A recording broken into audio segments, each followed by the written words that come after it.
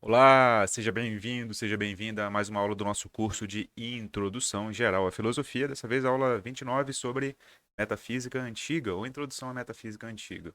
Hoje nós falaremos sobre o seguinte: nós falaremos sobre cosmologia na primeira parte, na segunda parte nós falaremos sobre ontologia, na terceira parte nós falaremos sobre metafísica na Idade Antiga.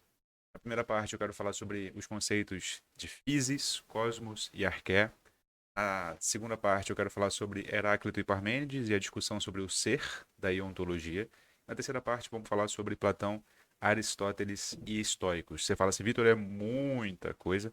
Eu digo, é muita coisa de verdade, é muita coisa mesmo, realmente é muita coisa, mas quero dizer que todas essas aulas já estão presentes aqui no curso de História da Filosofia e eu vou fazer hoje um grande apanhado, um grande panorama para que você se recorde do modo como os antigos fizeram metafísica, certo? Todas as aulas estarão aqui na descrição do vídeo, essas aulas passadas, não se preocupe. Se você quiser revê-las, fique à vontade. Agora eu tenho que te lembrar o seguinte: nós aqui do INEF temos um clube de assinatura, o Clube INEF, para pessoas que veem valor no que nós fazemos, para pessoas que querem ter acesso, além de tudo, ao material escrito desta aula e ao nosso Clube do Livro, que atualmente está discutindo o Aprender a Viver, do Luc Ferry, que é um livro sobre História da Filosofia para leigos.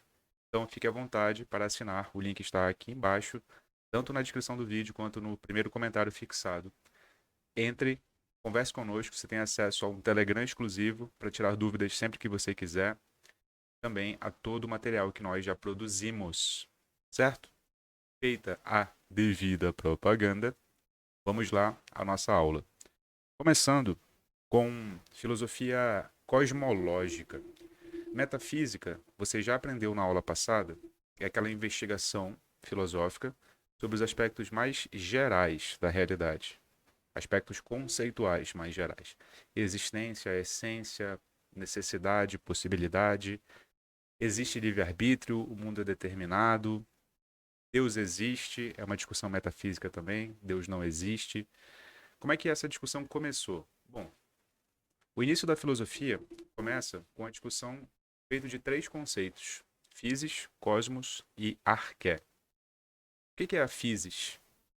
A palavra physis, que deu origem à palavra física, era o modo como os pré-socráticos, filósofos anteriores a Sócrates, não só cronologicamente, porque alguns eram até contemporâneos a Sócrates, mas sobretudo tematicamente, porque eles estudavam majoritariamente a totalidade das coisas e não principalmente como o Sócrates fazia, o aspecto comportamental e coletivo político das pessoas. Por isso que eles eram pré-socráticos. Você lembra disso?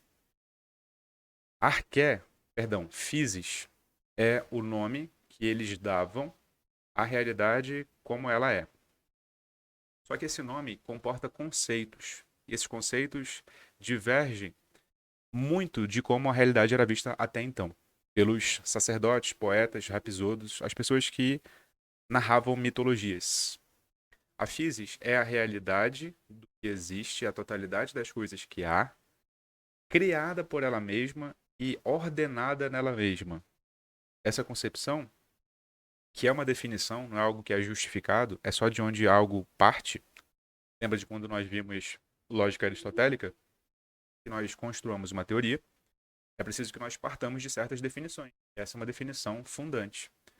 Physis é uma realidade ordenada que se origina a si mesma e que segue princípios por si própria. Para que eu entenda essa realidade, portanto, eu preciso entender qual é o princípio que está por trás dela, que a normatiza, que a regulamenta, que a governa. Physis, portanto, é uma realidade não sobrenatural, mas é uma realidade natural que se explica por ela mesma. É aí que nasce a ciência, é aí que nasce a filosofia, no sentido de encontrar explicações que não saem do mundo para explicar o mundo. O mundo é ordenado nele mesmo, nós temos aqui ir em busca dessa ordenação. Essa é a concepção de Physis que funda a ciência e a filosofia do modo como nós a conhecemos nessa parte do mundo. Outra palavra muito parecida com essa é a palavra cosmos. Cosmos significa universo ordenado e belo. O belo aqui é essencial na palavra cosmos e ela também está presente na palavra que hoje nós permanecemos na nossa língua, que é a palavra cosmético. Cosmético é exatamente aquela substância, aquele produto que nós utilizamos para enfeitar o rosto, não é? Para ordenar o rosto. E nessa ordem há uma beleza. Cosmos é a totalidade das coisas que há. Até aí está parecidíssimo com physis. Só que no cosmos também há uma noção de beleza. Beleza justamente porque há ordem. Interessante isso, né? A concepção de mundo dos pré-socráticos era de um mundo físico que se ordena nele mesmo, se origina por si mesmo, e um mundo cosmológico, ou seja, um mundo que tem ordem e beleza exatamente porque tem ordem. Então, beleza e ordem, nessa concepção pré-socrática, estão intrinsecamente ligadas. Essa ordem pode ser entendida se eu consigo, como falei antes, identificar um princípio. Que princípio é esse? Há um nome para esse princípio, ou para a palavra que designa esse princípio, que é arqué. Arqué de origem à palavra arqueologia, de origem à palavra monarquia. Arqué significa tanto governo, algo que institui regras, como princípio, no sentido de princípio normativo mesmo, aquilo que regula o seu comportamento, aquilo que regula a sua ação. Então, a arqué seria aquele elemento na natureza que, uma vez descoberto, me diria como a natureza se comporta. Essa é a palavra arqué.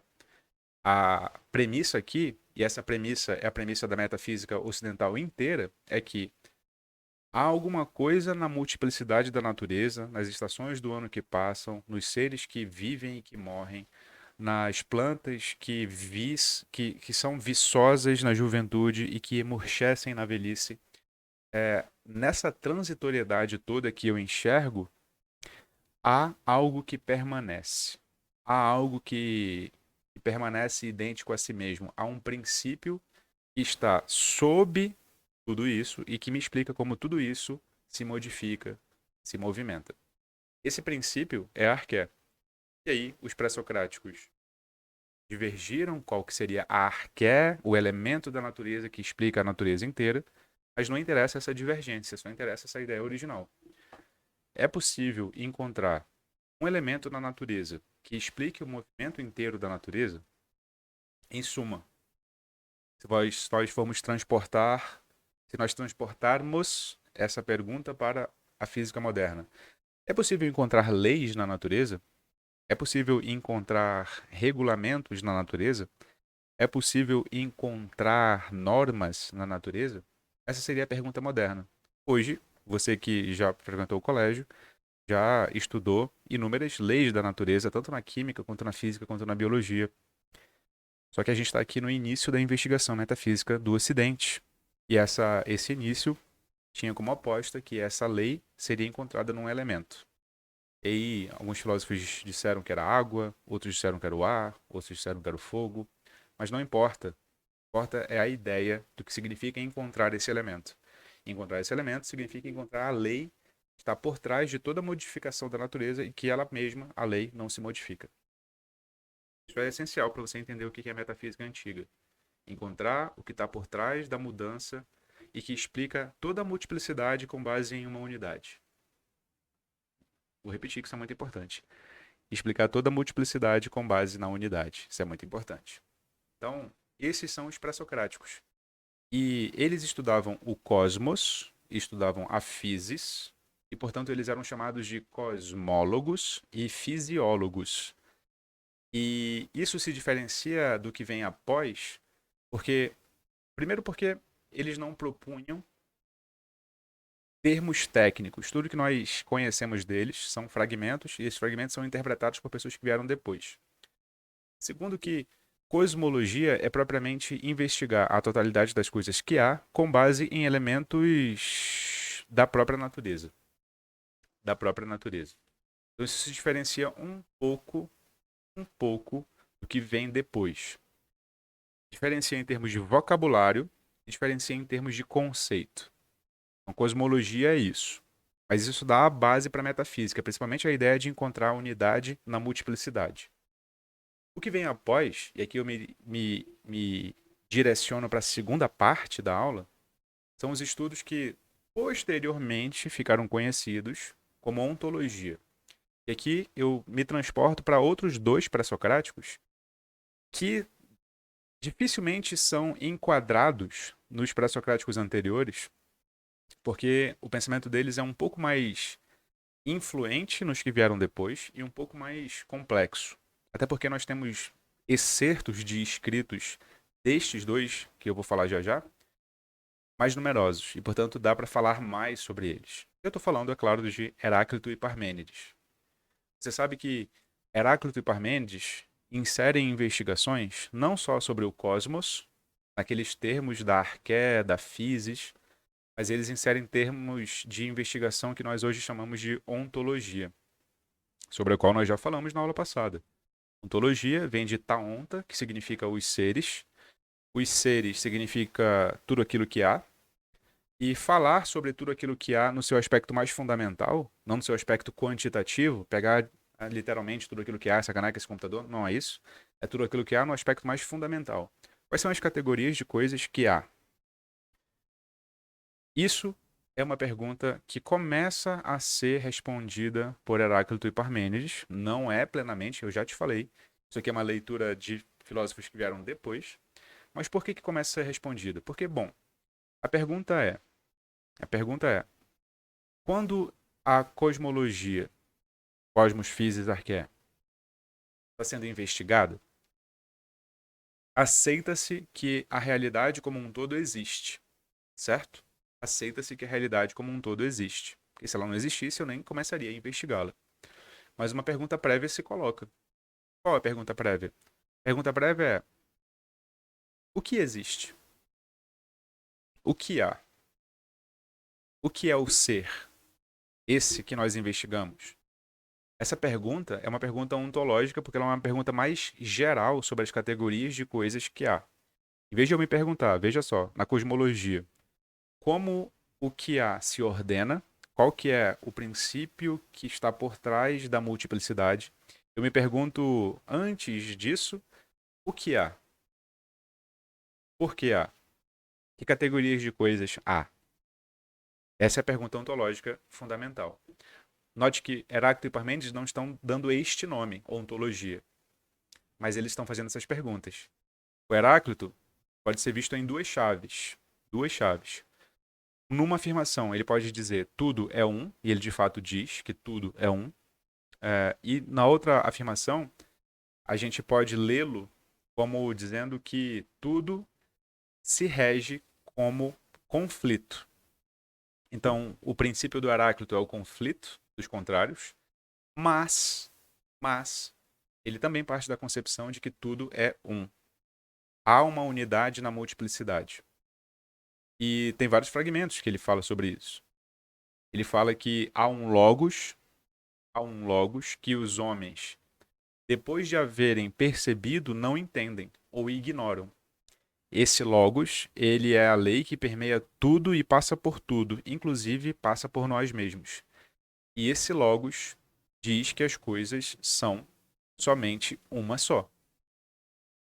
E ele diz lá no fragmento 50, vou ler aqui: é sábio que os que ouviram não a mim, mas ao logos, reconheçam que todas as coisas são um. Fragmento 50 do Heráclito. Esse todas as coisas são um se diz panta hen. H-E-N. Panta hen. Panta hen. Tudo é um. Tudo é um. Só que, como a gente percebe as coisas, a gente percebe pela luta dos contrastes. Lá no fragmento 8 ele fala: tudo se faz por contraste. Da luta dos contrários nasce a mais bela harmonia. Nós percebemos os contrários, mas os contrários harmonizam-se, de modo que a essência é contrariedade gerando harmonia, e não só contrariedade pela contrariedade. Ele fala no fragmento 54, por exemplo, que a harmonia invisível é mais forte que a visível. Entende? Ele tem essa concepção de que o mundo se dá pelo fragmento no sentido de contrariedade, de luta, mas essa luta gera unidade. Tudo é um, para Heráclito. Portanto, ele é conhecido como sendo mobilista porque a tese ontológica dele fundamental é que o movimento da natureza é fundamental, a natureza é, em essência, movimento, mas esse movimento não é aleatório, esse movimento segue regra, esse movimento segue um logos e esse movimento harmoniza-se. É uma luta que gera harmonia. Ele é um mobilista, portanto. Agora, a questão propriamente relativa a por que as coisas são, ou que tipo de coisas são, ou é possível falar sobre as coisas que são e as coisas que não são, é do Parmênides. Olha, não há comprovação de que Heráclito e Parmênides tenham conversado, tenham debatido, tenham se contraposto. Essa é uma guerra que se faz de modo didático por professores, mas evidências de que houve esse debate de fato não há. Então, a partir dessa constatação, é possível dizer, então, que talvez eles não tenham se contraposto tanto assim. Se eu começo a ler o Heráclito como sendo esse do tudo é um, ainda que haja conflito, há harmonia, eu posso entender o Parmênides como dizendo o seguinte: tem um fragmento do Parmênides, dentro do poema inteiro dele, que diz o seguinte: o que é, o que não é. Ou traduzindo, o ser é, o não ser não é. Ou reescrevendo, o que existe, existe, o que não existe, não existe. Lembra disso? Nós já temos uma aula sobre isso, inclusive, vou deixar aqui na descrição. Isso parece ser uma tautologia, ou seja, uma afirmação que diz exatamente aquilo que está contido na sua definição. É como dizer todo solteiro é não casado. É só a definição de não solteiro. Então não diz novidade alguma.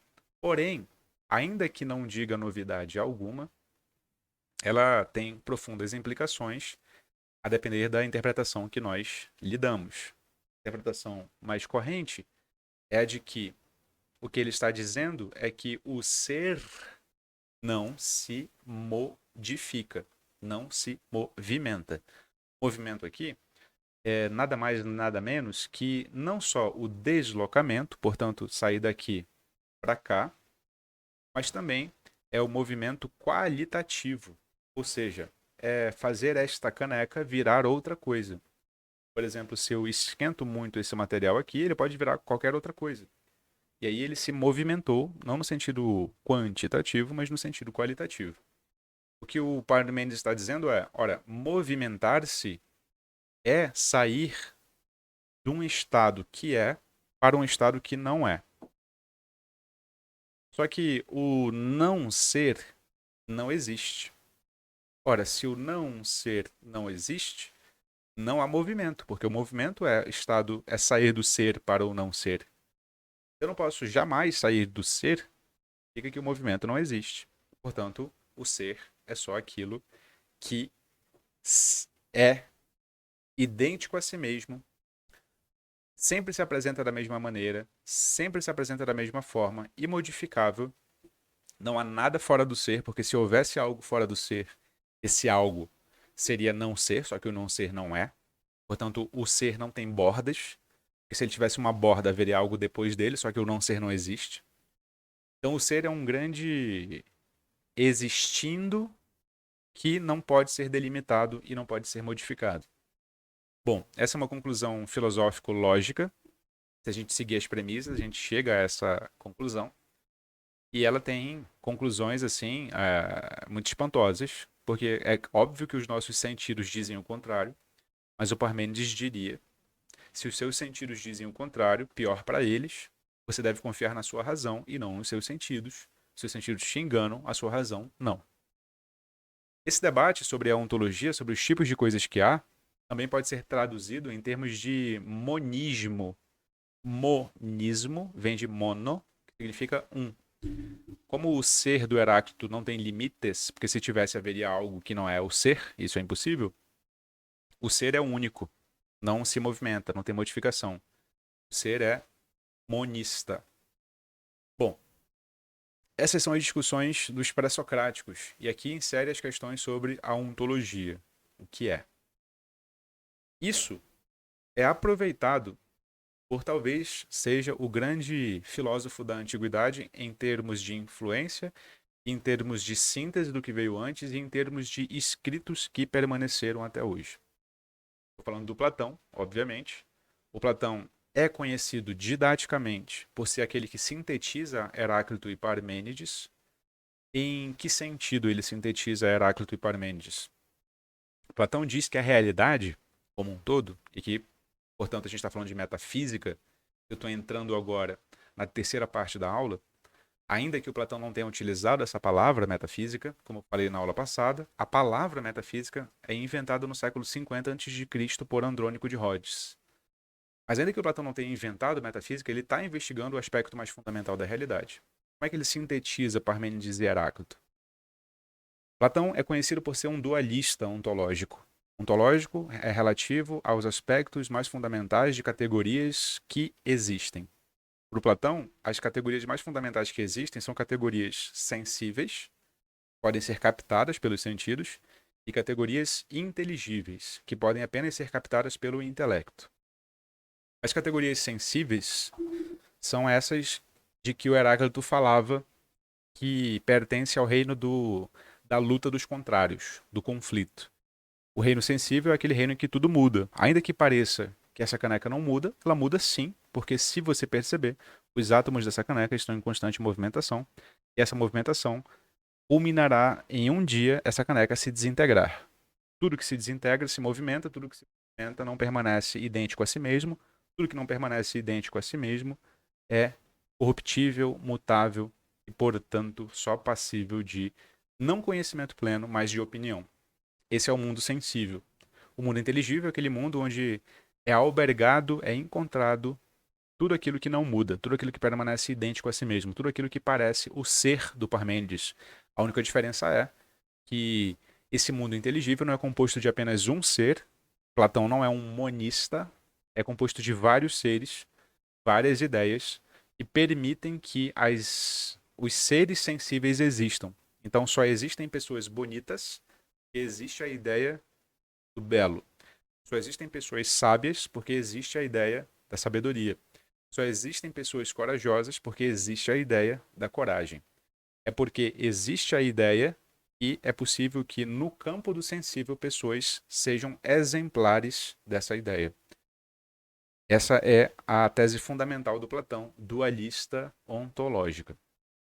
Ele tem uma metáfora muito conhecida sobre isso, que é a metáfora da linha dividida. Você se lembra dessa metáfora? A metáfora da linha dividida é a metáfora que explica como a realidade se divide em quatro.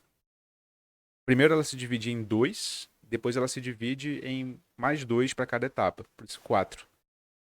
Daqui para cá é a realidade sensível, daqui para cá é a realidade inteligível. A realidade sensível é dividida em imagens e objetos concretos. Nós temos a caneca e nós temos a sombra da caneca. E aqui, na realidade inteligível, é dividida em conceitos matemáticos e aqui as formas propriamente ditas. O papel do filósofo é sair das imagens, passar pelos objetos concretos, chegar nos conceitos matemáticos, mas culminar nas formas. Só que essas formas só são enxergadas uma vez que elas só são inteligíveis, uma vez quando a alma está completamente fora do corpo, fora das limitações sensíveis. Então, o papel do filósofo é sair do mundo sensível para o mundo inteligível, vislumbrando as formas, se rearranjando as formas. Tá. Essa é a metafísica platônica raiz. E essa metafísica platônica, novamente, ela é dualista. Existem duas espécies fundamentais de categorias de coisas que há, sensível e inteligível. E essa metafísica dualista é subvertida pelo seu discípulo, o Aristóteles, que também talvez seja um dos gigantes da história da filosofia ocidental. O Aristóteles é muito mais detalhista em relação à sua tese, em relação à sua teoria sobre os aspectos mais estruturantes da realidade. E ele é muito mais influente, principalmente no período que vem depois, que é o período da Idade Média. O Aristóteles diz que, ao contrário do Platão, o movimento da realidade é dado. E a realidade como um todo é movimento, por exceção de um aspecto da realidade, que eu vou já chegar. O Platão dizia que o movimento existe só no mundo sensível. O Aristóteles diz que tudo que há é um mundo só. Não há dualismo. Não há dualismo. E o mundo inteiro pode ser entendido, né, a realidade na sua totalidade pode ser entendida com base em categorias fundamentais. Essas categorias fundamentais, o Aristóteles chamava de isso mesmo, categorias. São em número de 10, às vezes são em número de 8, mas eu vou apresentar um formato das 10. Você pode reduzir a realidade inteira a substâncias, quantidade, qualidade, relação, localidade, temporalidade, posição, ter, fazer e ser afetado. Toda a realidade pode ser categorizada nessas 10 categorias de uma vez ou às vezes algumas, às vezes outras. Só que a categoria mais fundamental de coisas que há é a substância. Substâncias são aquelas coisas que eu consigo individualizar, delimitar, de modo muito concreto. De modo concreto no sentido de elas não se confundem com nenhuma outra. Substâncias são seres que conseguem ser identificados, apontados. Esses seres guardam em si todas as outras categorias. Então, essa substância guarda a categoria branca, guarda a categoria pesada, guarda a categoria ao lado do computador, guarda a categoria contém água, guarda a categoria em cima da mesa, entende? Eu falei de localidade, falei de relação, falei de quantidade, falei de posição, falei de ter. Eu falei das categorias todas. Todas as outras categorias só existem quando eu tenho uma substância, algo delimitado, identificado, individualizado. O Aristóteles, então, quando vai descrever a realidade como um todo, ele parte da premissa, e essa premissa é um axioma, que o que existe no mundo sensível existe de fato, ao contrário do Platão. Só que para eu entender o sensível, eu tenho que compreender no sensível aquilo que há de mais fundamental. E para entender essa caneca sensível, eu tenho que pegar os aspectos categoriais dessa caneca. E eu categorizo em quantidade, qualidade, relação, onde, quando, né? Localidade, temporalidade, posição, ter, fazer e ser afetado. A partir dessa categorização, eu vou entendendo a realidade. Parto de substâncias, e nessas substâncias eu identifico que categorias a ela pertencem. Eu posso hierarquizar essas categorias em categorias essenciais, categorias que, se eu tiro da substância, a substância deixa de ser o que ela é. Eu posso estabelecer nelas categorias acidentais, ou seja, categorias que até pertencem a ela, mas que não são essenciais para que ela seja o que é. Bom, eu posso, identificando a realidade por meio dessas categorias, sendo a mais fundamental a substância, identificar também como as substâncias existem, identificando o que causa as substâncias, ou identificando que tipos de causas há para que as substâncias sejam o que são. E aí, o Aristóteles divide essas causas em 4: causa material, causa formal, causa final e causa eficiente, que é a causa original, a causa que origina alguma coisa, que origina o movimento de alguma coisa. Posso dizer que essa caneca tem como causa eficiente a fábrica da caneca. Eu posso dizer que ela tem como causa material o conteúdo de que ela é feita, cerâmica. Eu posso dizer que essa caneca tem como causa final o propósito de servir de continente, para conter alguma coisa líquida. E a causa formal seriam as características mais fundamentais e essenciais de ser uma caneca. Eu diria que a característica mais essencial e fundamental dessa caneca é ser algo que contém alguma coisa. Isso é uma caneca. Se eu enumero as causas das coisas que há, das substâncias que há, eu consigo entendê-las, categorizá-las e gerar o mapa do mundo. É isso que é fazer filosofia no sentido ontológico de categorização das coisas que há para Aristóteles. Cada coisa tem uma forma e uma matéria. Essa forma e essa matéria se juntam para tornar as coisas definidas e tornar as coisas individualizadas. E essa forma e essa matéria também seguem leis da natureza. Que leis da natureza são essas? É a inércia? É a gravidade? Não. É a lei do ato e da potência. Tudo aquilo que é no presente é em ato. Tudo aquilo que tem a possibilidade de vir a ser alguma coisa é em potência. Então, eu, Vitor, sou adulto em ato, mas também sou adulto em. Sou velho em potência. Sou idoso em potência. Eu já sou idoso, mas não em ato, em potência. O ato e a potência, eles são forças, leis da natureza que fazem com que a natureza se movimente nela mesma. Então as coisas não se modificam do não ser para o ser. Eu, Vitor, já tenho a característica velho em mim, na minha substância, só que essa característica está em potência. Então, não é que eu paro de ser alguma coisa para ser outra. É que eu já sou velho. Só que eu não sou velho agora, em ato. Eu sou velho em potência. E essa transformação, portanto, é a passagem do ato para a potência que não se dá no nada, se dá na substância. E é assim que acontecem as movimentações de tudo que é.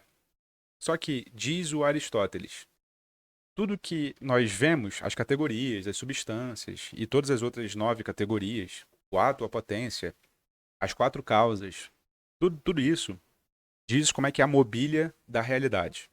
Diz como são as coisas que há no seu aspecto mais profundo. Mas esse movimento, ele não pode ter sido iniciado por ele mesmo. Por ele mesmo. Ele tem que ter sido iniciado por uma substância que tenha movimentado a realidade como um todo sem ela mesma ter sido movimentada.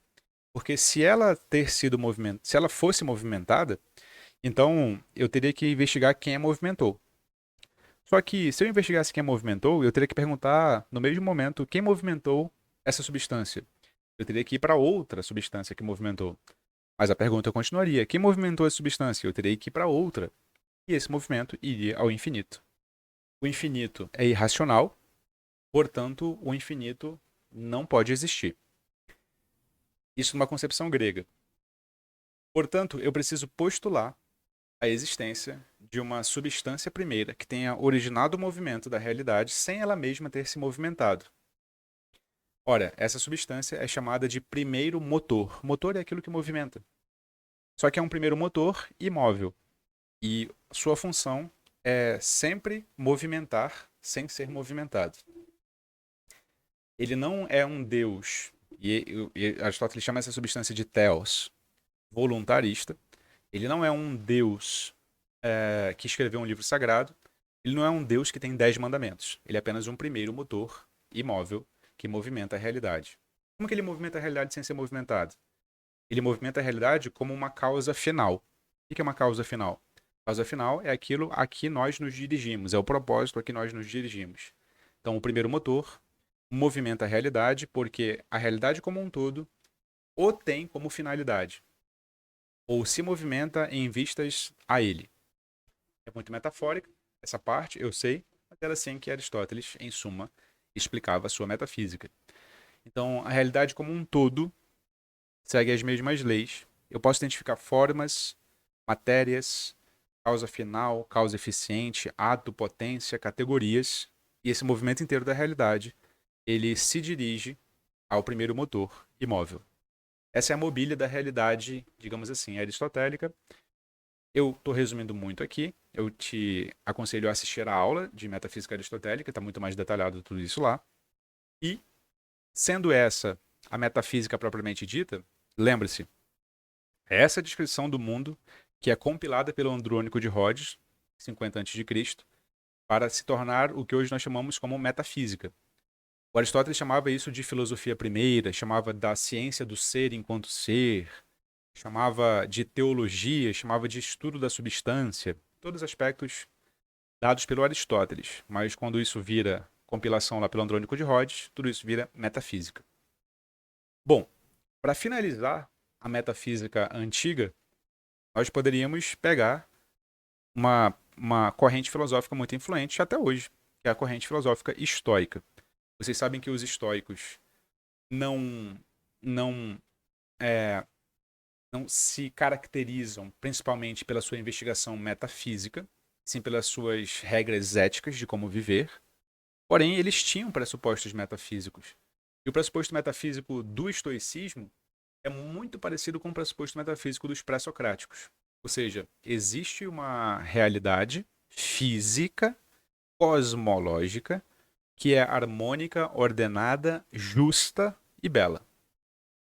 Essa realidade cosmológica e fisiológica, ela se comporta quase como se fosse um ser animado. Diz o Cícero lá no Sobre a Natureza das Coisas. Epicuro caçoe tanto quanto quiser. Epicuro é outro filósofo helenista.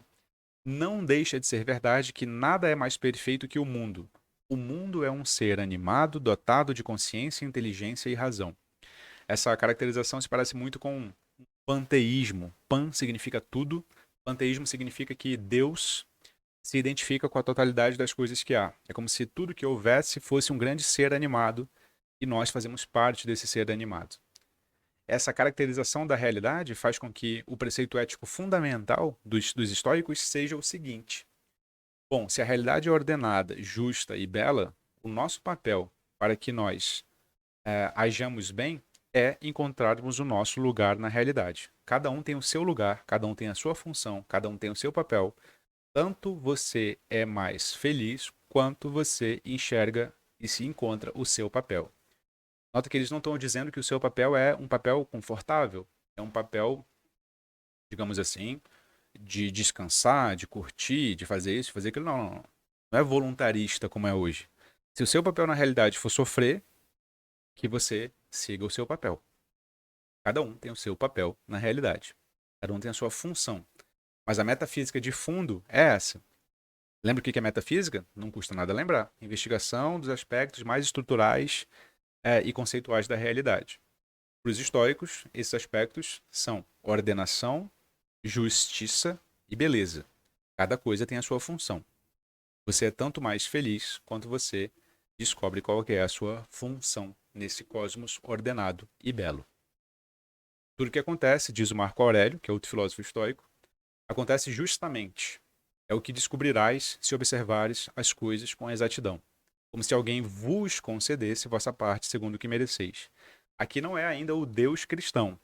Ele está dizendo como se, mas se aproxima cada vez mais do modo como os cristãos identificarão a metafísica do mundo. Só que isso é um gancho para a próxima aula. E nós veremos isso, portanto, daqui a uma semana. Certo? Então hoje a gente percorreu a metafísica antiga em 4 momentos, na verdade 3, que foram subdivididos: cosmologia, ontologia e metafísica. Na cosmologia, nós vimos os conceitos de physis, cosmos e arqué. Na ontologia, nós vimos Heráclito e Parmênides. Em Heráclito, nós vimos que tudo é um e que o conflito é o princípio de todas as coisas. Em Parmênides, nós vimos as preocupações com o ser, o que é, o que não é, não é. O ser é unitário, imodificável, há um unitarismo ali. A metafísica, na terceira parte da aula, nós vimos Platão primeiro, com a sua teoria das formas, né? Seu dualismo ontológico, mundo sensível, mundo inteligível. Tentando conciliar, essa é uma interpretação possível, Heráclito no mundo sensível e Parmênides no mundo inteligível, sendo que o mundo inteligível do Platão não era unitarista, havia várias formas. Aristóteles discorda de que o mundo seja dual, o mundo é um só, mas é composto de várias categorias. 10, sendo a principal a substância. As outras categorias só existem na medida em que elas podem ser encontradas em substâncias.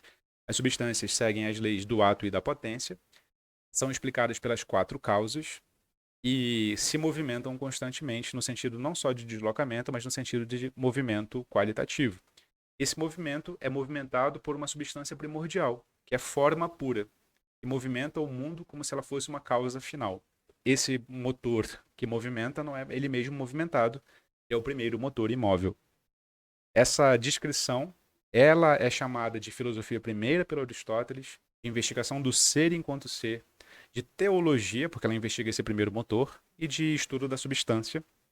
E em 50 a.C., ela é chamada de metafísica por um fato bibliotecário que você já sabe desde a aula passada, do Andrônico de Rhodes. Essas metafísicas e explicações da realidade são mais ou menos simplificadas pelos estoicos, que resgatam uma concepção de cosmos physis muito parecida com a dos pré-socráticos, em que tudo é ordenado, estruturado, justo e belo, e, portanto, cabe a nós encontrarmos o nosso lugar nessa ordenação, que nem sempre é feliz.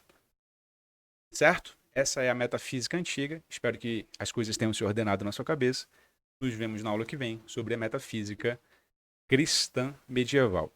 Certo? Te vejo lá.